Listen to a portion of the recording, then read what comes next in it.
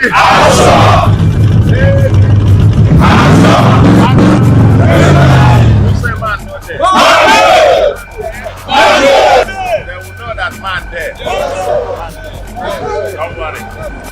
coming. We are coming with determined and structured force. Even if we have to declare the place a war zone, we are coming with a war plan and we must defeat them.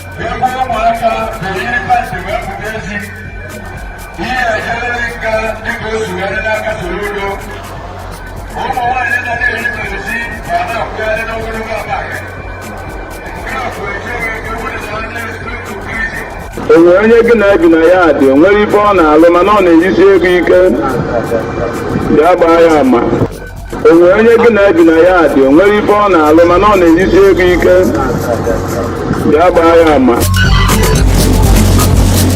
GGM, uniting the people for good governance. Good evening, viewers. This is BBI Channel 1. You are live on GGM Hour. Today we are revisiting the very issue we talked about there last week Friday with the Commissioner of Information of Anambra State, Dr. Mefor, and tonight, because of the glitches and the technical issues we had on that broadcast that made it very, very difficult for people to follow on that program, we decided to reschedule the program back again so that every one of us will be able to connect with the program tonight. So without wasting further time, let us quickly highlight the major issue we are going to be talking about today, which is the security updates in Anambra State. Since the governor of Anambra State launched what he called Operation Udogachi and signed into law the Anambra Homeland Security Law. Many are yet to understand what that law is all about. Tonight, let us have a look at it once again. I'll be right back. Don't go away.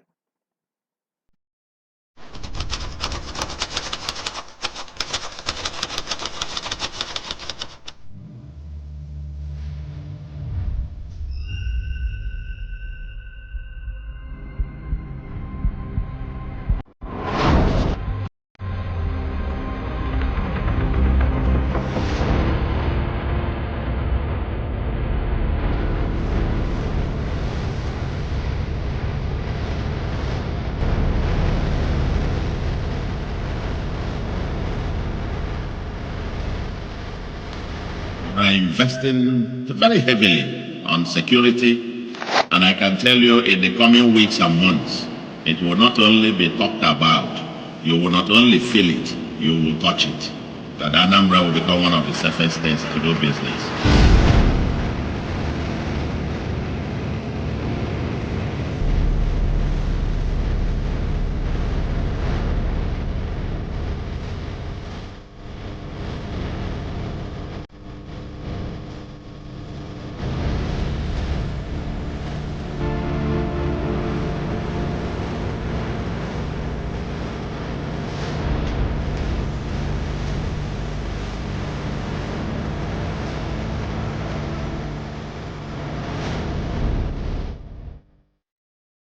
The newly passed Anambra State Homeland Security Law. The Anambra State Homeland Security Law has come to be. The second event is the formal launch of our Special Intervention Force, which we call Operation Udogachi. This morning, we had to cut the ribbon where we had the vehicles that are rolled out to them. I'm going to the streets of Anambra, cut the ribbon, the first batch, and then I came down here, surprisingly as well, part of this force, which happens to be the new security architecture.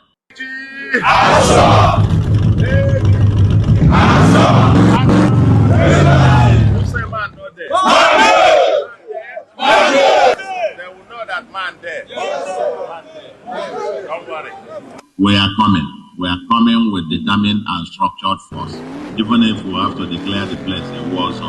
we are coming with a war plan and we must defeat them.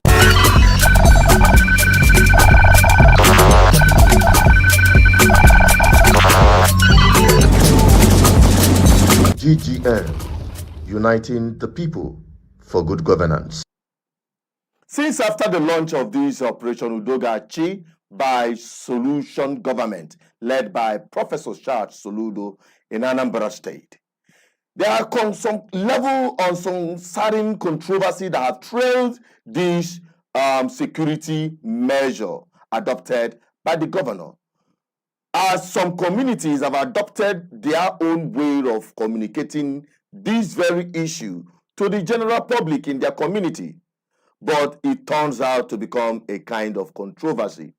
And some of them is what we're going to highlight tonight. And we're going to hear what it means, which one is true and which one is not, from the mouthpiece of Governor Soludo. But before we bring him on, let us take a look at some of these announcements that raised some dust. I'll be right back.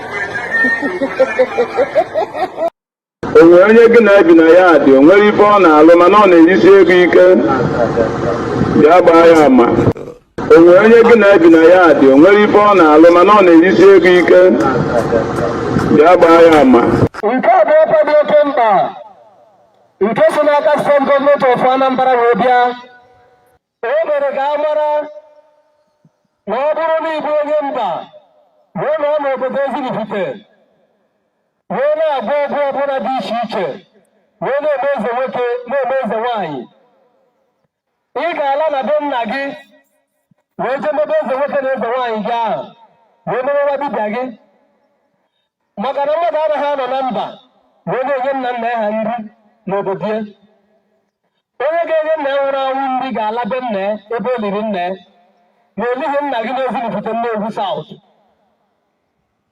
Ọ bụrụkwanụ na ịbụ onye Ezilifite iwe na-agwụ agwụ na-ekechi ekechi ibu eze nwoke ibu eze nwaanyị ị ga-aga Ọka ịga Ọka enye gị asambodo bụ satifiketi ịlatakwa Ezilifite anyị agbọọ gị n'Ezilifite họl ọ bụrụ na esi na-agba ọgbanje akpọtara gị ndị ọgbanje ịgwọ anyị afụ ọ bụrụ na isi niile na mmadụ onwe ego ọ bụrụ na ọmụnwa na-ekwuru okwu a kịta akpọta anyị ebe mmadụ na-atọ n'ifetu ọgbọ ọkada akpọta mmadụ kpọtacha ndị a na-ebu onye buru ime anya nye nwe ego karịa Dangote n'abalị na-atọ Ezilifite wee kwere failing to do so. Ọ bụrụ na gọọmenti kpọrọ gị marakwa ama na gọọmenti ga-akpọkpọchi ebe ahụ ị na-agwọ ọgwụgwọ ahụ. Ọ bụrụ na ịma na-ebu pastọ na-ebu prọfet na-ebu evangelist na-ebu prọfetes na-ebu bishọp bụrụ popu nke ọ sọkwa ihe bụrụ iwe kpọkọrọta ndị mmadụ ofu ebe na-etinye abarakata aba. Ọ bụrụ na gọọmenti jide gị ebe ọ na-abụ iweli aka elu ndị mmadụ adaba ka mango chara acha ọ bụrụ na eje Ọka ị ga-akpatusikwe ndị nọ n'Ọka ka ha wee kere. Ọ bụrụ na ịkpatusie ndị nọ n'Ọka ịlataba anyị a ịbịa satuo anyị wee kere.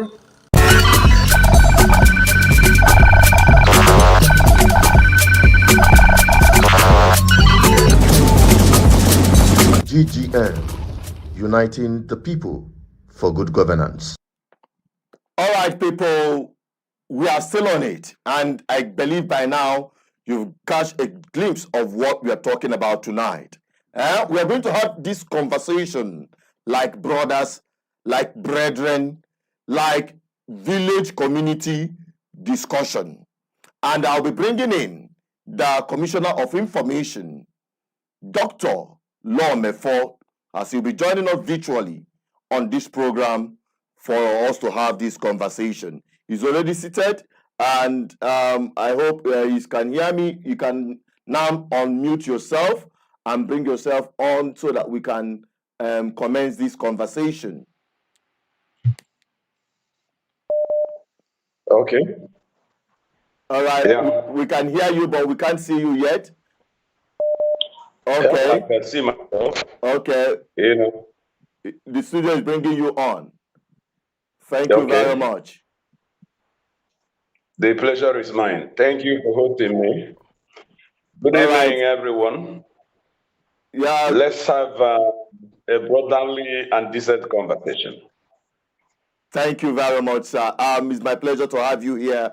Doctor, we are looking at this very issue that concerns in the Anambra State with respect to the recent launch of Operation Udogache and the Agune Chamber Operation Outfit and the Homeland Security. Just in about a minute or two, give us a highlight of what that Homeland Security law is all about. Just in summary, like a minute or two, so that we can now engage to take some questions. Yeah, thank you. The security, or rather the insecurity in Anambra in 2004 was somehow intractable, and the government needed to change their gears and how to bring in an entirely new security architecture to deal comprehensively with the security situation in Anambra State. Three things. One is a carefully thought out legal framework, which we now call Anambra State a Homeland Law 2024. Sorry, 2025, because it was actually signed into law on January 18th, 2025. That is to provide what we call the legal framework, which is now in place. And then he also made very elaborate provisions to cover the operations, take care of the kinetic and non-kinetic components of the new security architecture. The kinetic is essentially the first component of it. So we have over 200 trucks and SUVs deployed in the operations in the first phase. We now have a command and control center. This is driven by artificial intelligence. It has the entirety of Anambra State connected. There are CCTV cameras and other forms of communication like radio, walkie-talkie, and so on and so forth. We also have what you call call center that operates 24/7. That is why we can now say, if you see something, say something, call 5111. That is 5111. No matter the time of the day or night, there is somebody take your call and process it. So we utilize it. And if that which you have given us as an intel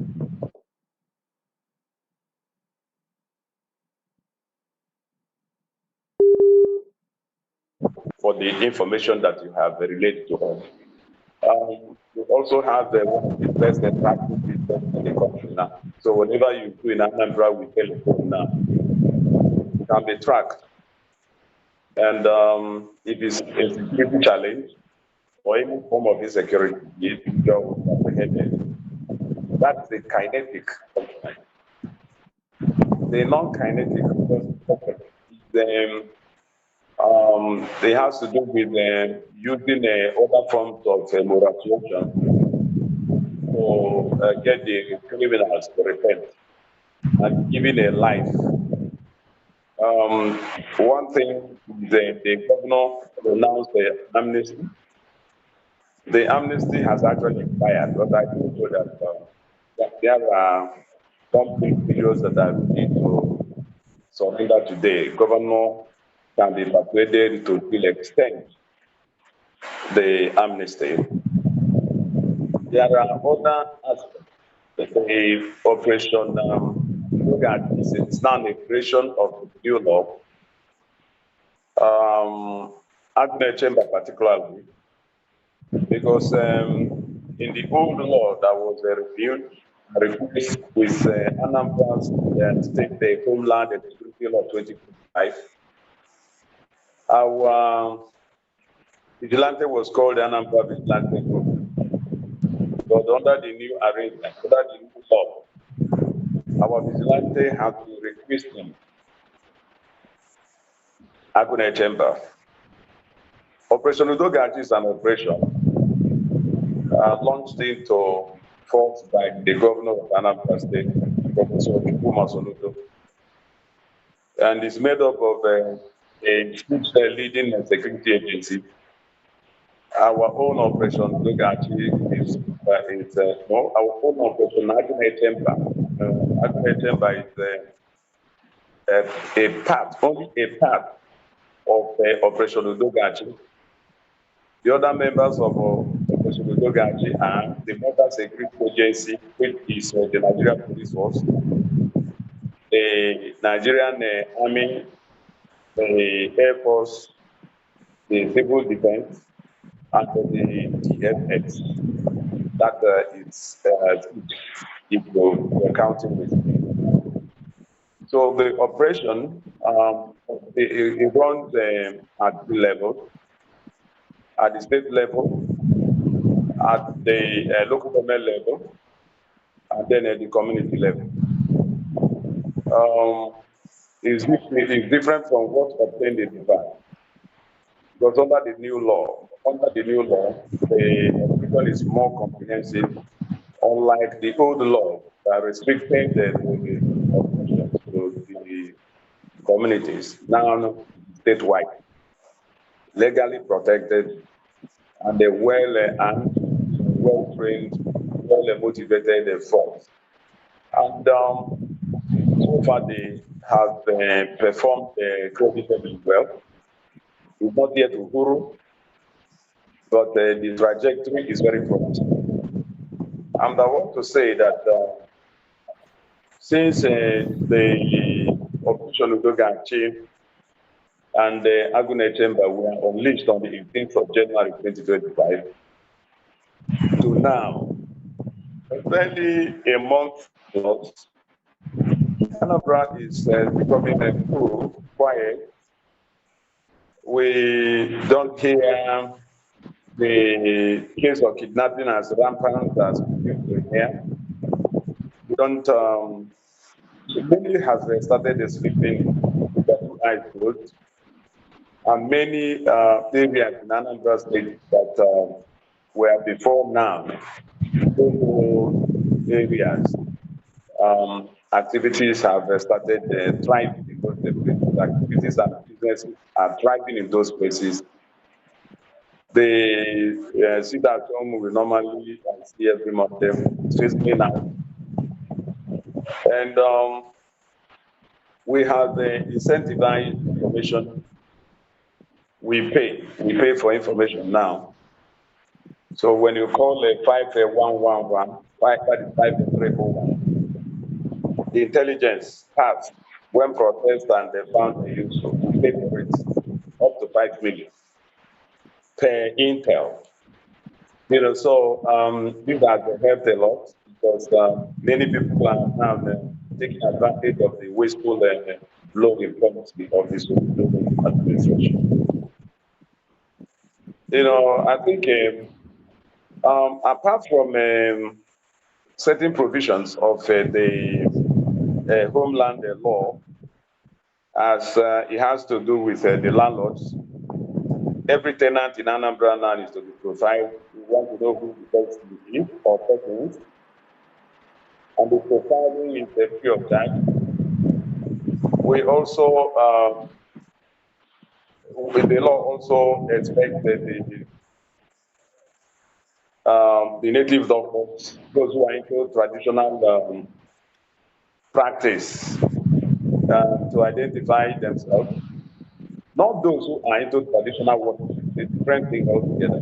The people that are required to be profiled are the native doctors and the Indians and why. Is because the law criminalizes certain evil practices that you find in traditional practice, not worship. Traditional religion, even traditional religion is a different thing altogether, not affected by this law in any way. What is affected is the traditional medicine practice, the native doctors, male and female. When we want to know who they are. And the reason is because those who are fake among them will have to be weeded out. That is the prescription of the law. And those who are evil among them are also to be weeded out. The law makes an express petition against those who prepare the portion you call okite. They are to be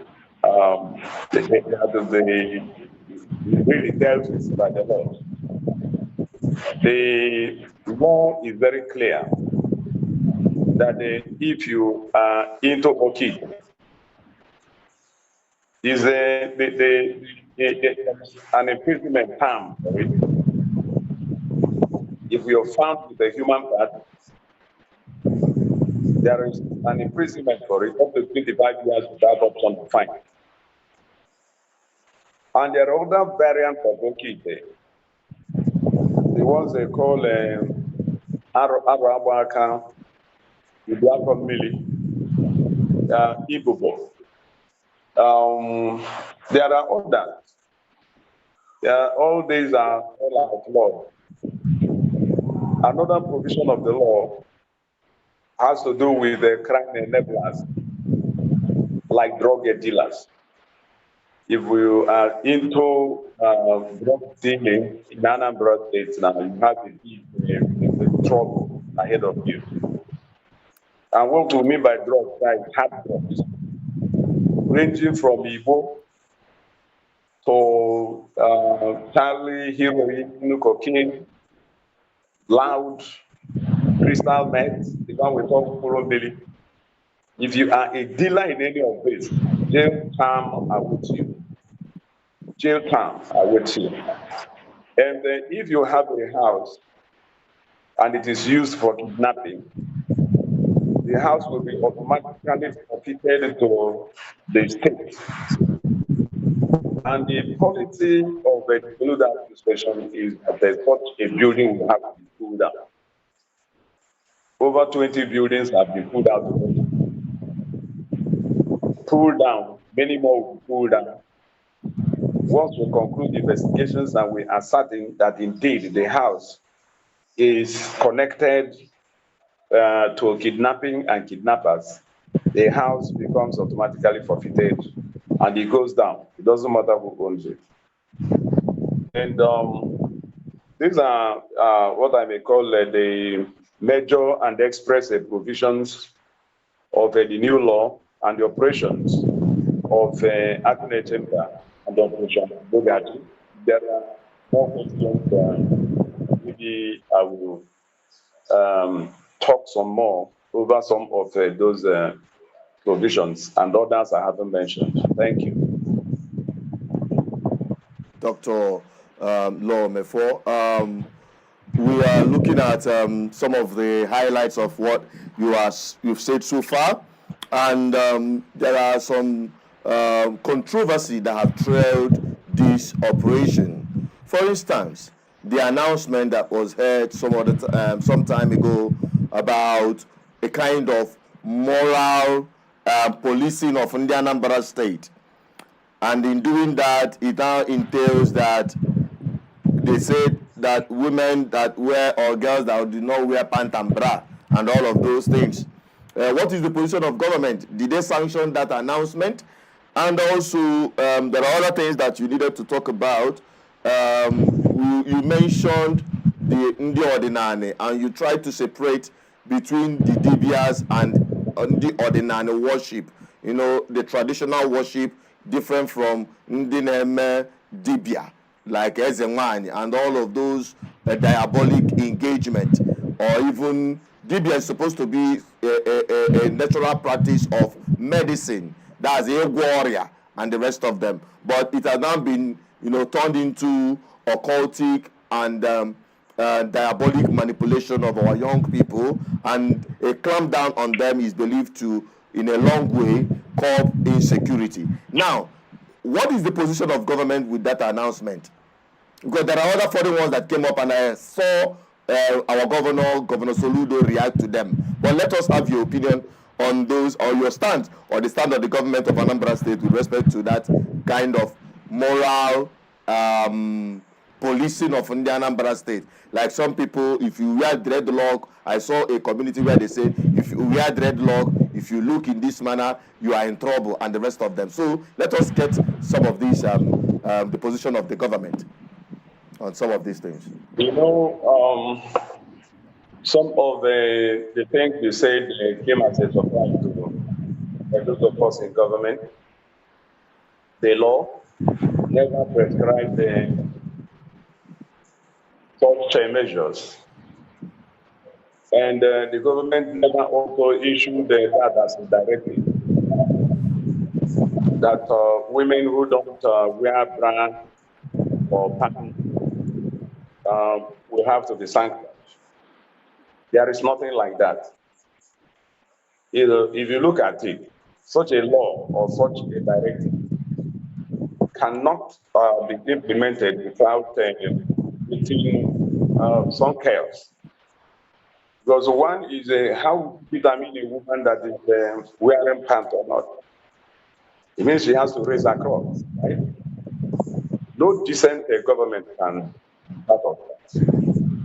So we never issued such directive, and those who also talked about signing of trousers and wearing of dreadlocks is not in the law. The Anambra State Homeland Security Law 2025 is about crime and criminality.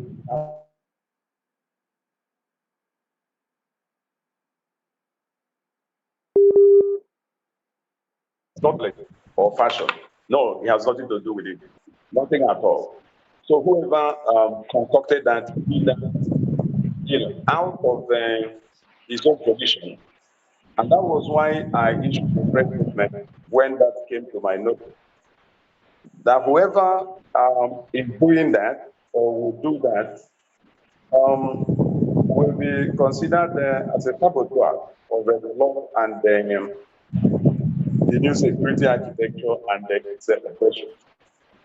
And since we issued that town warning, I think such a misinterpretation has actually fizzled out. We want to believe that those who did that out of ignorance, maybe trying to bring in some other things they think the law should also look into. Yeah, they have such recommendations. They should pass it to government so that the law will be amended. But when the law is amended, you cannot walk outside it without violating the same law that you're trying to enforce or protect. So we didn't announce that. It's also not in the law. You talked about the distinction I made between traditional worship and traditional medicine practice. They are two different things. Traditional worship is Igbo traditional religion. Igbo traditional religion is different from native doctor or traditional medicine practice or practitioner. You may be surprised that somebody who is not a traditional worshiper may be a native doctor. Yes, somebody who is not a worshipper, a traditional worshipper may not be, confined in the people of God. That is even a Christian. That is not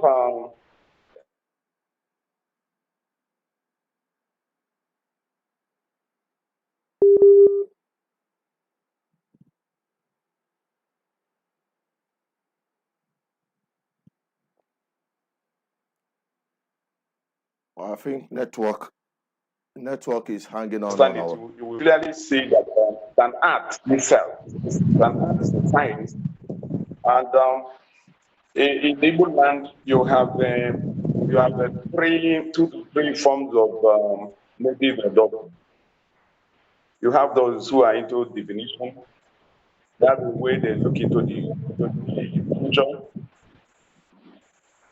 Then you have those who you may call a dibia, or that they are traditional pharmacists. They know the barks of trees and roots and things that can be combined to yield up cure. So it's a gift. It's part of Igbo culture. Not necessarily Igbo traditional worship. It's a different issue altogether. First and foremost, the law is not against Igbo traditional worship. No. As a matter of fact, the law seeks to protect people. The law is also not against Ndedibia. Those of them who do not use their art and gift as a form of criminality. Yes, some of them are fake, like you find in every other profession. Go to medicine, law, pharmacy, journalism. You have fake practitioners, those who are not, but they claim that they are. Igbo traditional medicine practice as a profession, as a vocation, has also happened a lot of dangerous fake. And they are the ones the law against, those who produce dangerous portions, like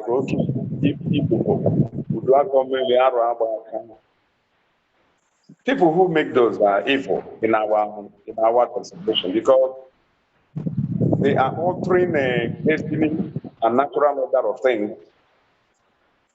They believe that what they achieve for people can make them rich without work. So such practice, wealth without work is criminal, and that is what the law wants to stop. There are those who prepare what you call obesity. He gives these young ones what you call a Dutch courage. What I mean by Dutch courage is a very stupid, foolish courage, false courage, that makes them believe that bullet cannot penetrate them. If that is true, how come many of them that were killed in action, wearing the same amulet and the order, were killed wearing the Oteshi amulet and order? Something is wrong somewhere. I'm not telling them the truth. So the government wants all these things to stop. If you follow my analysis, you will see that there is no way this law or the express provisions of the law or the Agone Chamber operation is targeted at traditional worship or genuine traditional Igbo traditional medical practice. No, it does not. It seeks to protect them.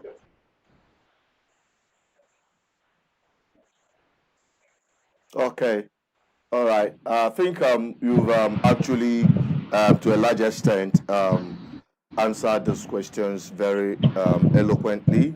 And now our people who are watching, you can now engage with the Commissioner of Information, who is right here with us. If there is any concern or any question you want to ask the government of Soludo, this is the opportunity for you to do so.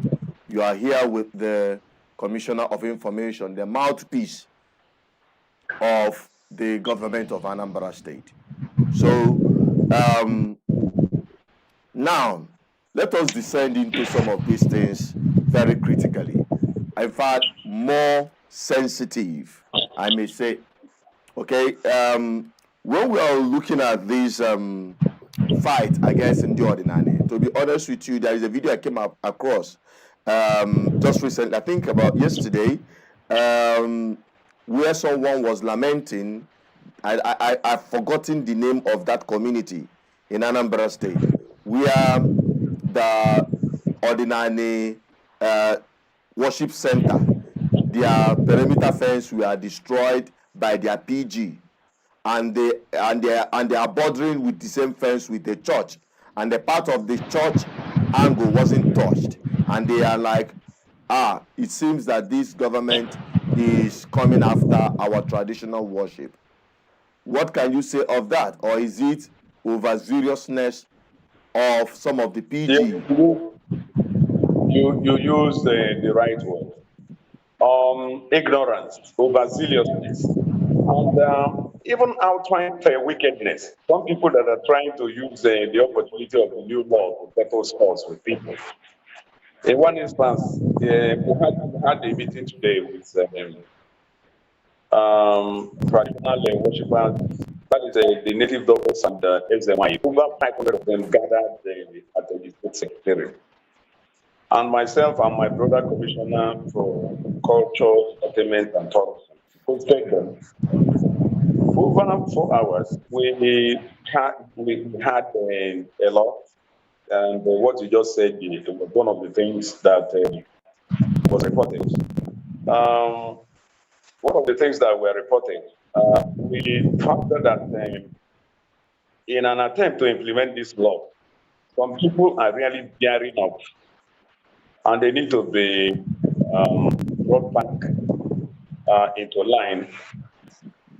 For example, you see the policeman arrest somebody who has gone to buy cock or something. The cock is meant for traditional worship, and people said there should be no traditional worship anymore. We wonder where such people are getting that kind of a directive. So sometimes we wonder, should they deliberately trying to attack this law or something like that? But there's nothing in the law that says that whoever is a traditional worshiper has committed any crime. So we reassure them that there's something like that, efforts will be made to get across to DGs. And luckily, the national president of the ATAC, which is the association of the town union, in Anambra State, 179 of it. The national president was part of the meeting we held today. So yes, we have some pockets of that kind of complaint. But they are far in between, not a prevalent. No, you cannot say that is what is going. Just the 1 or 2 incidents like that, and we are going to weed out. Like I debunked the claim that the law basically weapons. The same way, we never asked them to arrest every traditional medicine man. That is not the instruction. If it's the instruction of the directive for the preponderance of the law, we would not be proceeding over 5% today.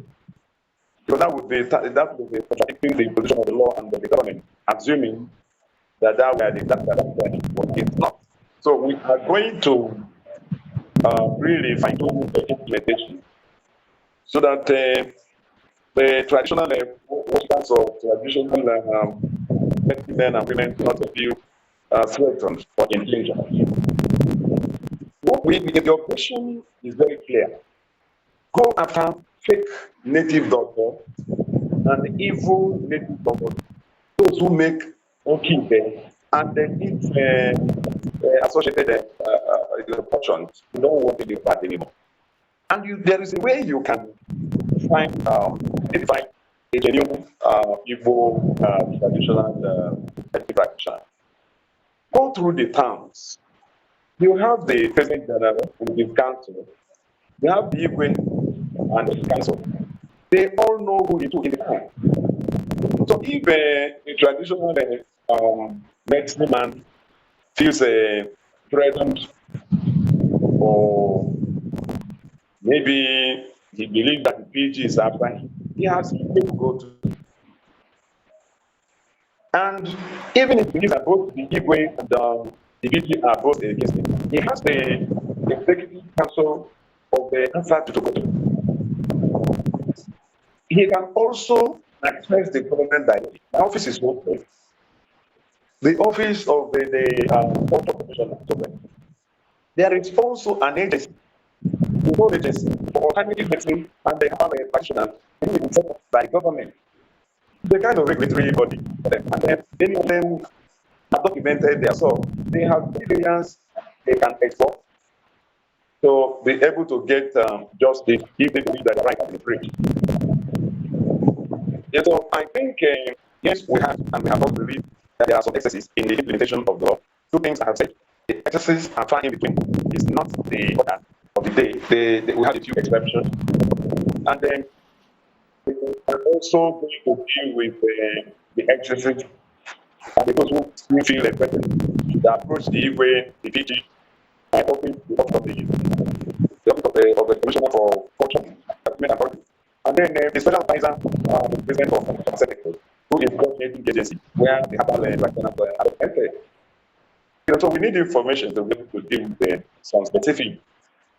We are prepared to help the traditional practitioners who say, ensure that the environment is not hostile to them. They should be able to feel free, apply their trade. Those we are on and after, they are known to us and even known to them themselves. We are against fake native doctors and the evil native doctors that without the person you come to especially and so on and so forth. We are after them. We are really running out of the giving right to work with now about us of legal. There's no genuine traditional medicine practitioner that is wrong. That's why we don't think about it today. The genuine ones are in Anambra and the government actually work. Okay. So, okay. All right, I think with that, we are coming closer to the real deal. Talking about the native doctors that are fake. What about the fake pastors and fake Christians who just worship? Does that same thing apply to them? Those who are doing miracles and all of those practices, selling some of the items. How do you deal with that? It applies to the fake pastors and fake churches. In fact, we have closed down some churches for it.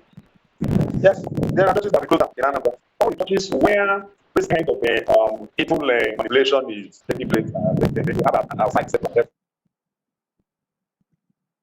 So we also tell our people to put off on such a fake churches and fake pastors. Wherever they do, we take them out.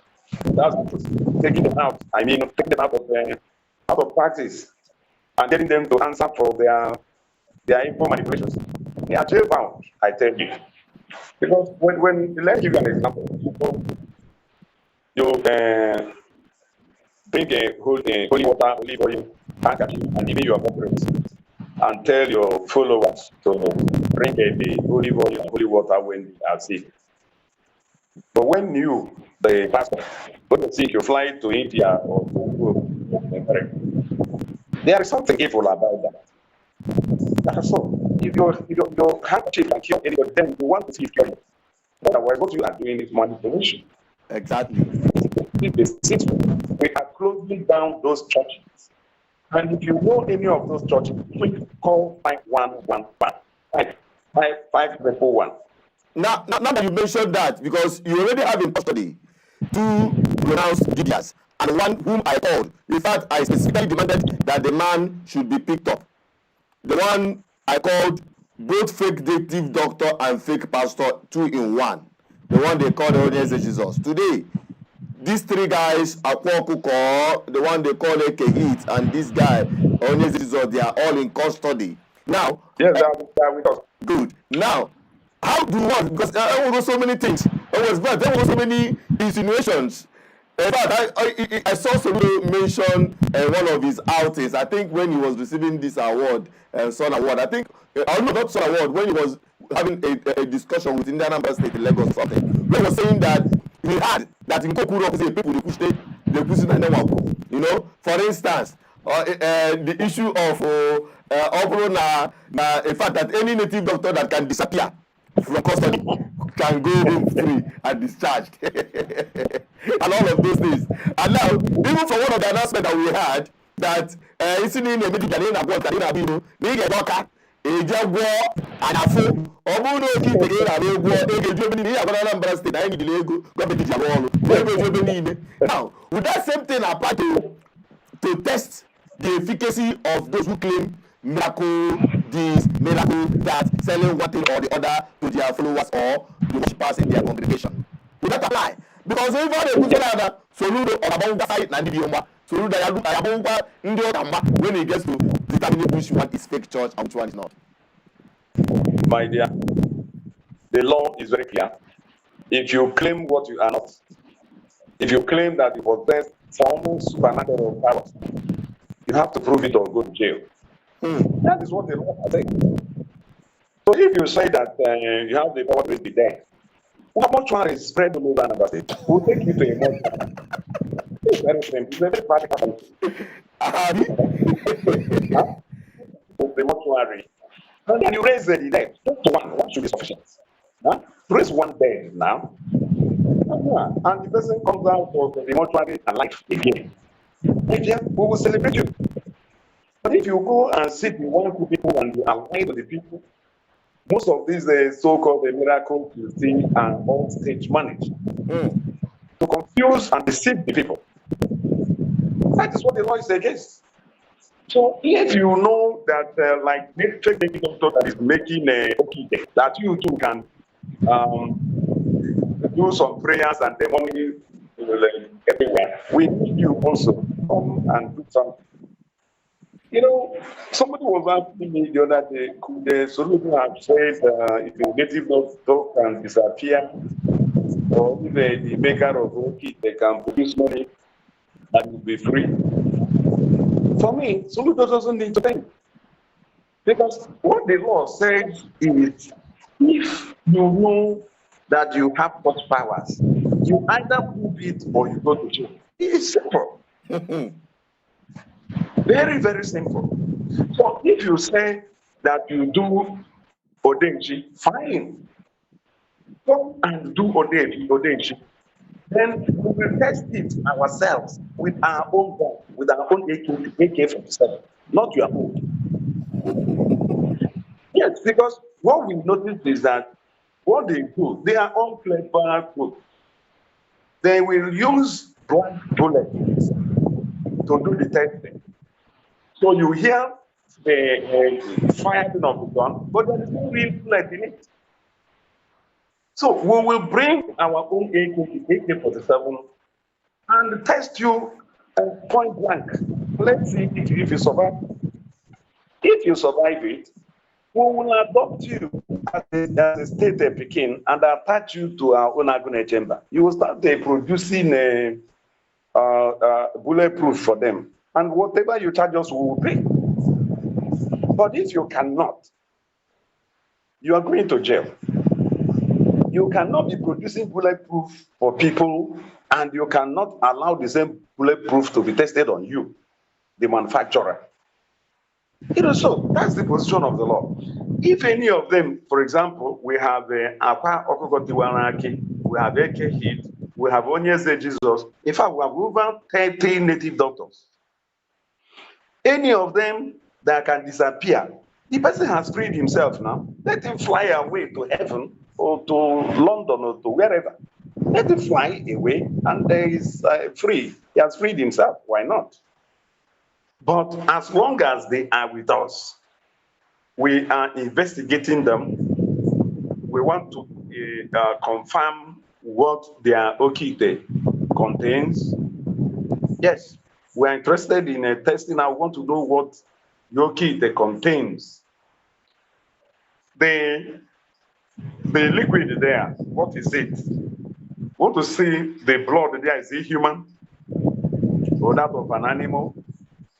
We want to see the flesh that we find there, is it human? Is it that of an animal? If the bone there is that of a monkey or a bat or a finger of a child, and or that of, we really need to know what that okite is about.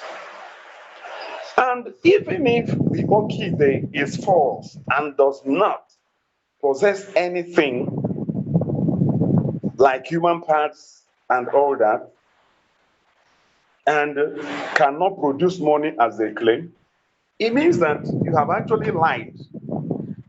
You claim that you have supernatural powers that cannot be verified. It's against the law also. You're still going to jail. So I really don't see how these guys will not be charged to court. I don't see how. So no matter how you look at it, if the okite contains incriminating evidence, what it means is that your jail time will be full. If you find any human part there, that is 25 years in jail without option of fine. If you don't find anything human there, your jail time will be much less, because it has to be centered on claiming that you have supernatural powers that do not exist. Like obtainers by trick. You said? Like obtaining people by trick. Yes, now that's section 419 that you find in the criminal code.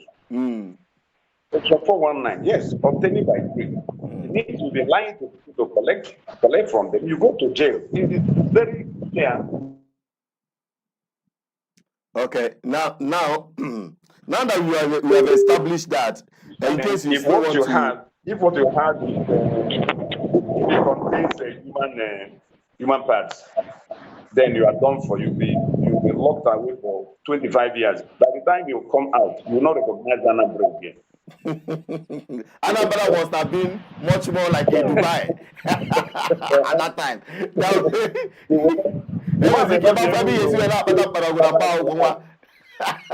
He may not be able to trace his father's house because so much must have changed. So that's it. I know a man that used the Ukuapa as a landmark to his father's house. But when a former governor built a road along that place, he removed the Ukuapa, and the man, when he returned home, the taxi taking him home took him beyond his town to several towns away from his place, because he was busy looking for Ukuapa that was removed during the road construction. That is what will happen to the okite person by the time they come out of court. Anyways, that is wonderful for that your response. And I believe by now anyone that wants to make a call can make a call and ask any question that he deems fit, except this very conversation is quite clear to you and not ambiguous for you to understand. Actually, it is not ambiguous. And I believe many of you who are listening will agree with the Commissioner of Information. But in case you don't, or you still have some gray areas you want to comment, or you want to ask questions or find clarification on, you can call the numbers on the screen, which is our direct call number, +23481045553. And if you don't have the calls coming, we'll conclude this conversation and we'll continue to engage the Commissioner in order to be abreast with the workings of the government of Anambra State. It is very important. And having said that, Honorable Commissioner, can you tell us, because sometimes I say now, bad bed, cried in the night, and in the morning a child died. Now, now, people are saying or insinuating that the launch of this Agune chamber is connected with the political year of 2025. How true is that? How can that be true? is still another manifestation of ignorance or mischief or both.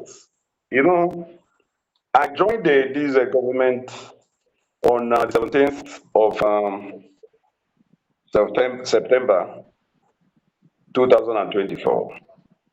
And by the time I joined the government as Commissioner for Information, they talked and planned for the establishment of the current security architecture was already in place, was already going on. You know, when you are planning a security intervention, particularly of this magnitude, two things are very crucial.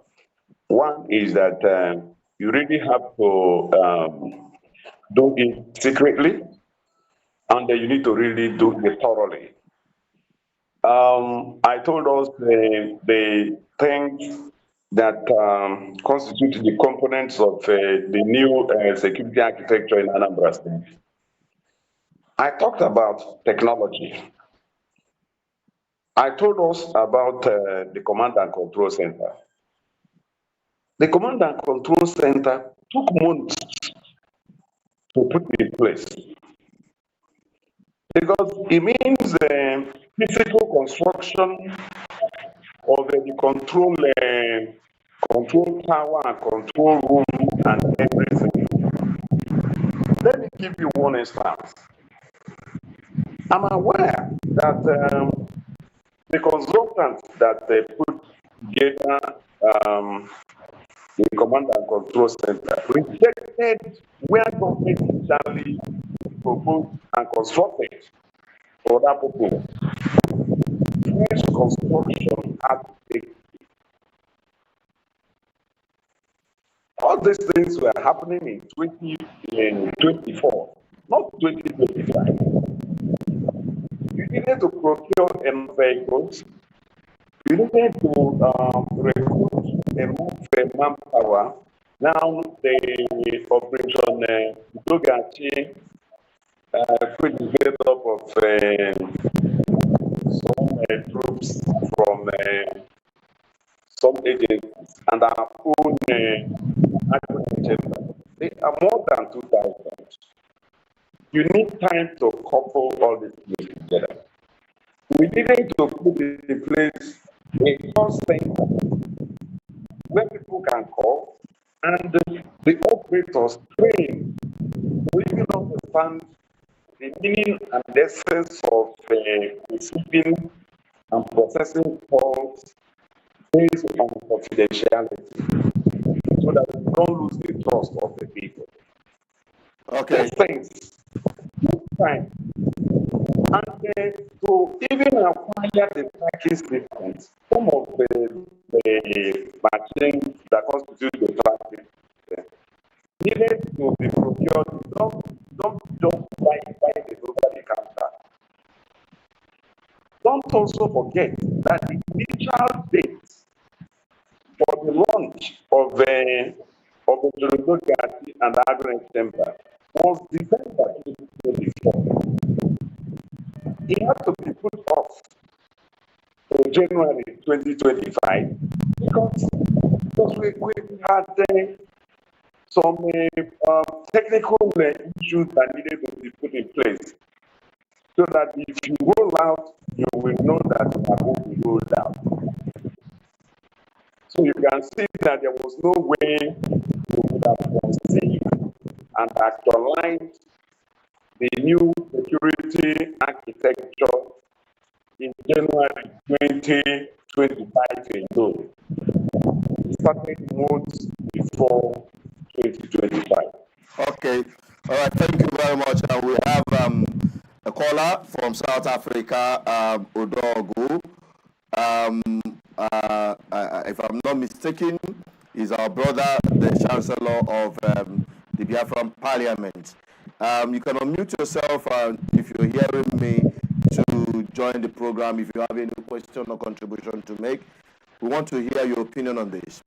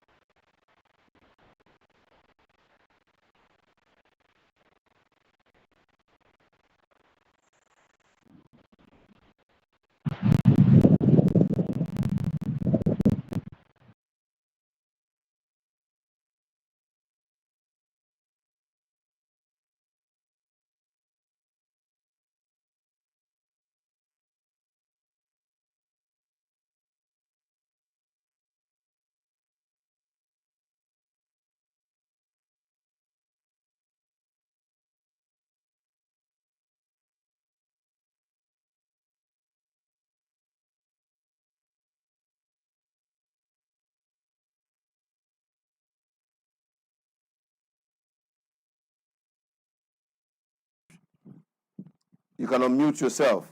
You are muted. Thank you very much. Good evening, Controversies. Chinedu, actually. And also good evening, our listeners. It's a pleasure and happiness that has taken over our land. Having said that, I would like to know what the government is doing to make sure that those who are being arrested are not just arrested and incarcerated, but those who can be rehabilitated. Is there anything that the government is doing to rehabilitate those who are possibly can be rehabilitated? Because those of them who have not started eating human flesh, I believe those are our youths. They should be rehabilitated. I don't want to compare them with Boko Haram in the north because we don't have any similarities. We are not the same. We cannot be compared. You see, but in modern society, in issues like this, those who are caught should be rehabilitated. If governments in the southeast are doing something like when somebody is in prison, it's not just there as a correctional facility, it's not just there to wallow and anguish for nothing. That person is empowered with something that when he is released today into the society, his life will not be devastated. You must live a life of hope inside our various correctional facilities. That is why it is called correctional facilities. You have the opportunity to either school, learn work, be empowered, even get something at the end of the day when that person is getting free, is being freed from the prison. We can do it. We have the resources to do such type of things. So I want to know, is this government, does they have anything in plan to put one or two things together to rehabilitate our youths? Because these are our youths. We can't throw them away. That's my question. Okay, now before Doctor, you heard what he said. Before you come in, let me expatiate a little bit with what he said, because I was about making a video with respect to what he talked about regarding prisoners or people who are serving terms in detention. You know, for instance, in that of Anambra State, just like you asked, Obune was something like agricultural farm settlement or an industry where these guys can be engaged in a productive venture when they are serving. They can be making some little peanuts for themselves, which they can use after they are being released, and also being able to add value to the economy, not just sitting back and eating taxpayers' money after committing crime. Now over to the Commissioner of Information to address some of those things. And wherever they can plan, government he rehabilitate these guys. He said that is Udowele, right? Yes. And I thought I had it there about it as well. Well, if it's Udowele and it's Abatete, it's actually my brother because I'm Abatete also. That is one. Then, you know, until recently, what you have as a prisons now called the correctional services or was on the exclusive list. It means that prisons In fact, up till now, even though the law has moved it to concurrent use, which means that the states now have the power to build their own buildings. But I'm not aware of any state that has refused any building. Anambra certainly hasn't made any building. And so what we do as the way of rehabilitating our is have them attached to the scheme we call One Youth, Two Skills. And the governor also aware of the fact that we do not have the ability to call our own where we can take total charge and rehabilitate our youth within the prison walls. Decided to offer amnesty. He said that the youths who are caught up in this insecurity way should give up themselves, surrender their arms and denounce what they are doing. Then they will be moved into the One Two Skills scheme. One Two Skills has up to 40 different skills and vocations that it covers.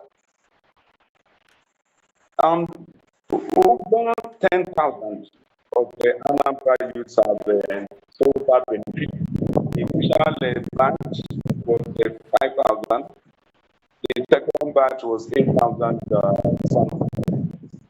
That makes about 13,000 that have already graduated and empowered. The top batch is in training at this stage. And every youth that wants to be given a skill, the governor made an open declaration. Please report yourself for the office of the special advisor to the governor on security, and also the commissioner for youth and you will be also taking into, because it's a whole ministry that is the charge of the One Youth and Two Skills. They have trained over 13,000. So that is what we do.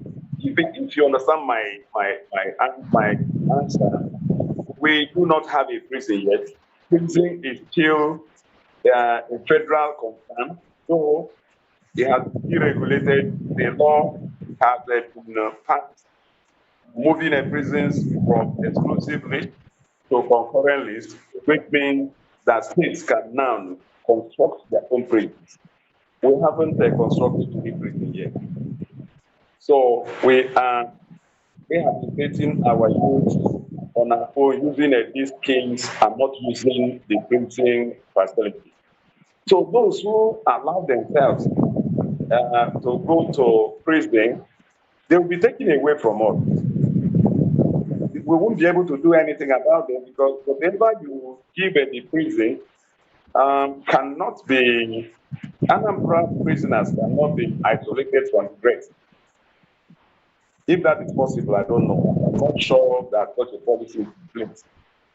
So what is in place is to rehabilitate those who want to be rehabilitated. They don't need to go to jail. They need to just repent, and the government will take up their rehabilitation. After rehabilitation, you'll be given a skill or two, or given a skill or two, and given startups, including money, to set up their own shops. And the skills range from agriculture up to ICT. Those of them who are interested in IT and digital skills. So, although as a practitioner, what we call the solution innovation district, there we are training the youth on digital skills, ICT and tech, making them useful in Anambra and exportable abroad. So that is the kind of rehabilitation we have here. The first batch we have trained the Solution Innovation District is 25,000. Another batch is in the making. Our target, as a matter of fact, is 1 million. In the Anambra, both those that are indigenous of Anambra, those who live in Anambra, are interested in that training. It has always been open to them. That's it. We don't discriminate whether you are from Anambra or not, as long as you live here. Anambra. That is the policy that Professor Soludo is running. Okay. If you go to our schools, the last teachers that we have recruited a total of 8,115 teachers, and it was competitively done. People who applied from 14 to 18 states of Nigeria. So if you go to Anambra schools, primary and secondary, you can see Igbo, Hausa, and Europe. As long as they are competent, they are looking for competent teachers and not an incompetent teacher simply because the person is from Anambra. No. So that is, by the way, to talk about that. But the point I have made is that we are rehabilitating our youth who want to be rehabilitated and who want to be given a skill. We are doing that outside the prisons. We do that before they get to prison. Okay. All right. I think Udogo, your questions have been cleared.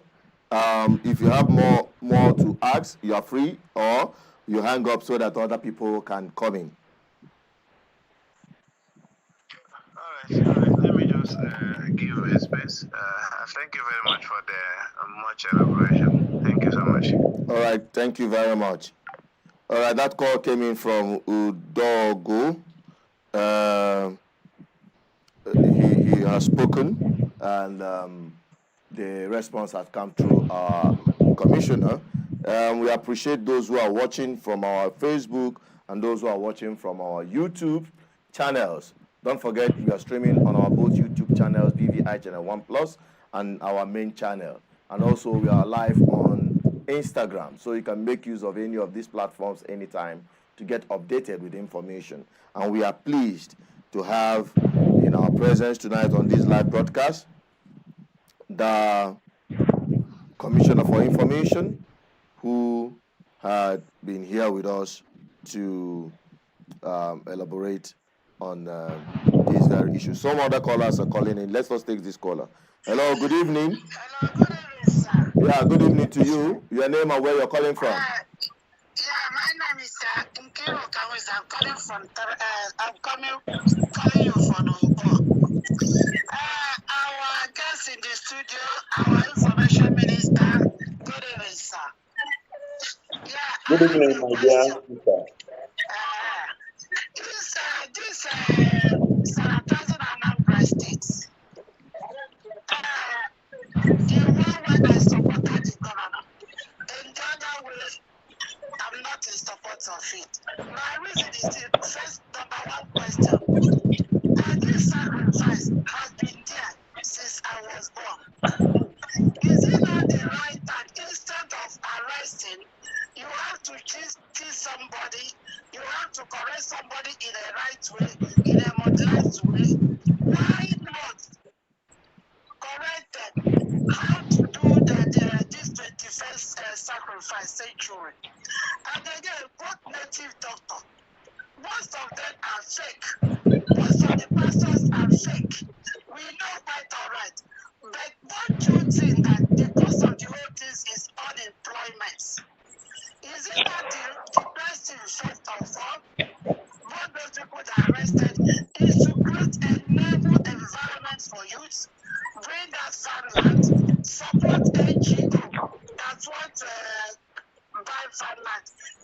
to employ youth, bring infrastructure, build industry. You will see this whole kid.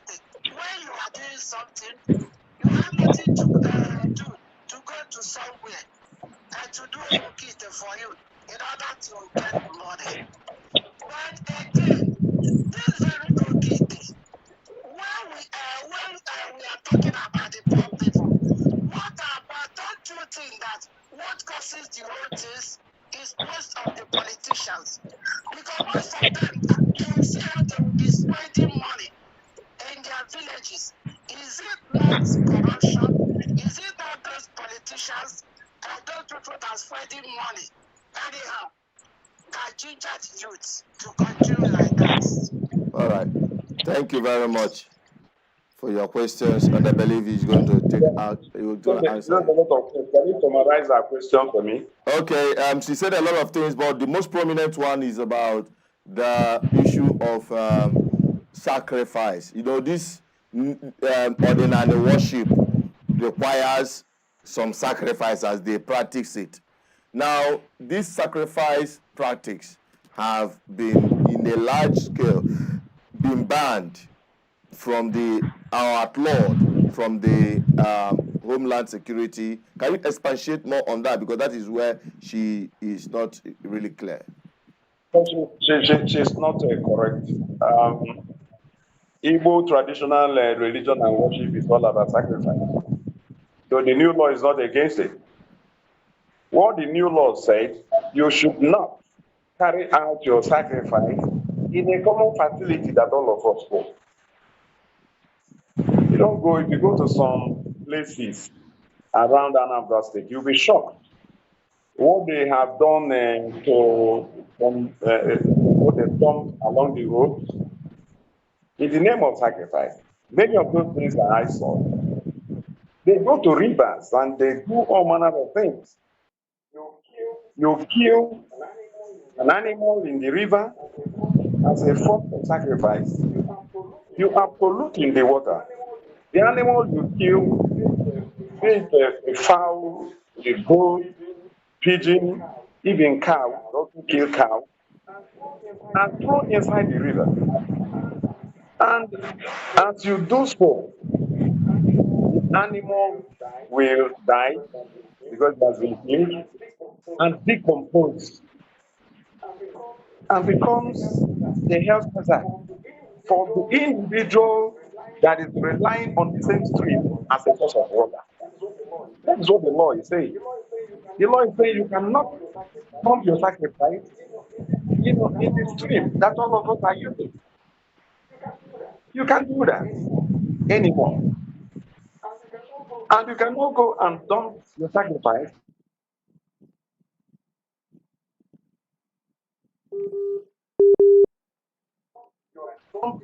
dump it anywhere that is private to you. Don't bring it. For example, when we say that we don't want sacrifice in our rivers, you can dig up somewhere around your house and make a long stretch of swimming pool around your house, and it's the river for you. Yes, create your own river if you want to use the river. But if you have to go to the river, don't dump sacrifice there. That's exactly what the law has said. The law didn't say you cannot go to the river. No, I'm not aware of any provision in the law that says you cannot go to the river. Maybe even bet in the river. You can bet in the river. We all bet in the river. Children still do that. But to go there,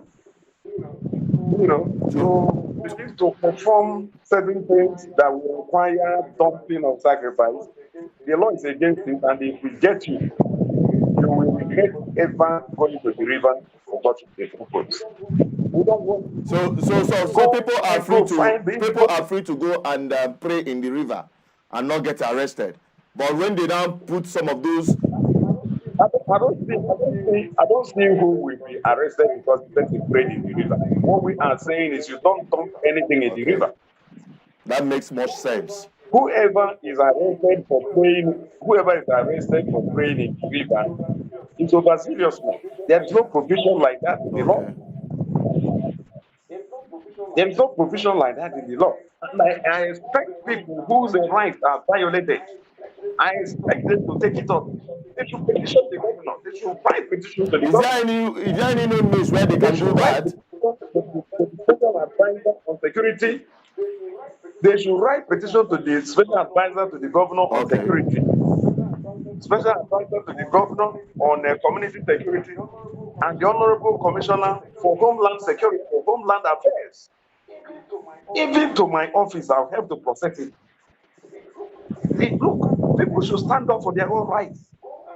Go and read the law to know what the law says that you should do and the things you shouldn't do. The one I know is that you should not do any form of sacrifice in our rivers. If you do so, you go to jail. All right. But I can't see where the law says that if you take dance in the river, you go to jail. I will look at the law again and see if there's any contradiction. But for now, I don't think that. All right, sir. I think we have done justice to this program for tonight, and we believe that we will always come around to have more deliberation on issues that borders around Anambra good governance. I'm available anytime. We can do it again. And any of your followers that believes that he has something to care, give the person my number. Okay, that is wonderful. That is to show transparency and a servant kind of leadership. We are servant leaders. Okay. Because tonight is all about the Homeland Security Law. Next time we're going to be bringing you, it is going to be boiling down on governance itself. Boiling down on governance itself. Because we already appraising, just recently the governor of Anambra State received an award by SON. And some people are even saying or asking what made it merit award for him. We are going to find out next when we bring you on the program why the governor of Anambra State won that award. Even before I come to the program, before I come to your program again, I am going to give you a long list of the achievements of Professor Chukwuma Soludo, all under 3 years, without borrowing a penny. We have compiled about 150 core sterling achievements of the Soludo administration, ranging from infrastructure, human capital development, social development, environment, everything, health, education. We have touched all parts of the Anambra socio-cultural life in a very fundamental way. The easiest way to lose an argument is to argue against the data and statistics. We will give you all these things. You will be the judge. When we give you, you will now avail your followers of the same time. They will know that there is no governor in Anambra and beyond Anambra as we speak. The records are there. You need to know that on roads alone, Soludo has awarded 720 kilometers of road, and he has completed and started over 400 kilometers. The remaining 370 kilometers are ongoing and will be completed before October this year. All the governors before him in Anambra State, starting from 1999, put together the number of roads they built in 8 years of their tenure. Together was there for 2.5 years. You can calculate and combine them side by side and match them with what Soludo did in less than 3 years. Then when you finish it, the analysis will come again. Now you're giving me an assignment. No problem. We are in for it because here we preach good governance. I will tell the people undiluted truth, verified truth for that matter. So you bring it on, we verify it. We will come back we will engage you on the achievements of Soludo in Anambra State. This is BVI Channel 1, and Thank it's you. my pleasure that we had in our program tonight the Commissioner for Information, Dr. Law Mefor. It's my pleasure to have you, and we hope to have you again. Thank you for hosting me. Thank you. Thank you. All right. Thank you very much. Thank you. And that is it for now. Thank you for watching. This is BVI Channel 1. As we're signing out, keep watching, keep liking, keep sharing. Let the conversation continue on the comment section. I still remain Suchinid Peters, the advocate